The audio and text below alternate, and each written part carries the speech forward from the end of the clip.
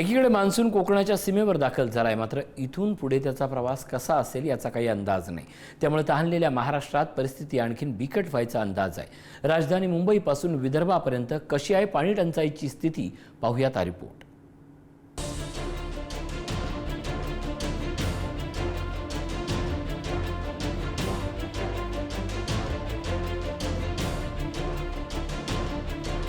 गेल्या वर्षी रोहिणी नक्षत्राच्या मुहूर्तावर बरसायला लागलेला मान्सून यंदा मृगाचे वेध लागले तरी यायला तयार दिसत नाही।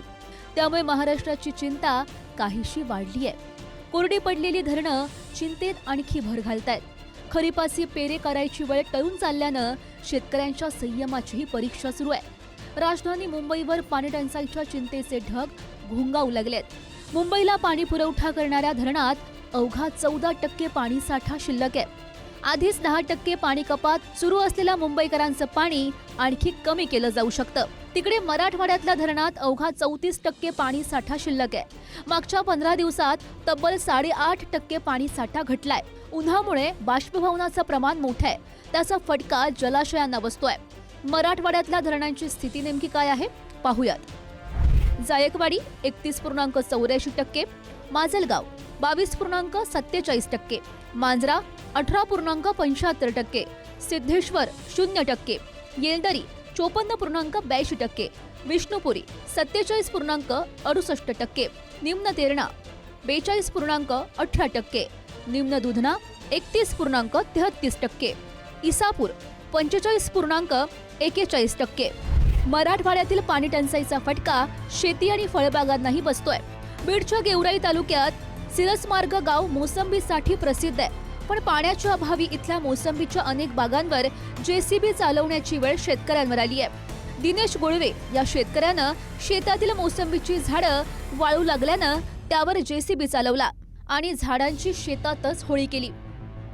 असे आपण पाहत आहात, आम्ही 7 वर्षापासून जगवलेली बाग आहे, परंतु मागच्या 2-3 वर्षात सतत दुष्काळ पडला। पाणी नसल्याने आम्ही बीड, हिरापूर, जेरेवाडीहून पाणी विकत आणलं, टँकरनी, ट्रकनी, ट्रॅक्टरनी, परंतु विकत तरी पाणी कुठपर्यंत घालणार। शेवटी हतबल होऊन आम्ही ही आमची 2 एकर मोसंबीची बाग उपटून टाकली, जाळून टाकली।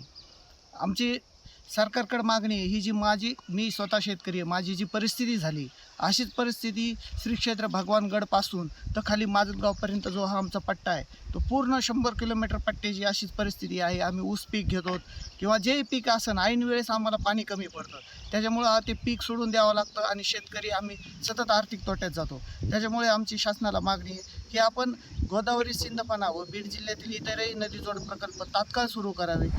मराठवाड्याला आता मान्सूनची प्रतीक्षा आहे, त्यातच यावर्षी एल निनोचं सावट असल्यानं मराठवाड्याला त्याची झळ बसेल का याची चिंता आहे। मान्सून बरसेल आणि पाण्याची चिंता मिटेल अशी अपेक्षा करण्यापलीकडे लोकांच्या हातात आणखी काय आहे। उदय नागरगोजेसह ब्युरो रिपोर्ट, पुढारी न्यूज।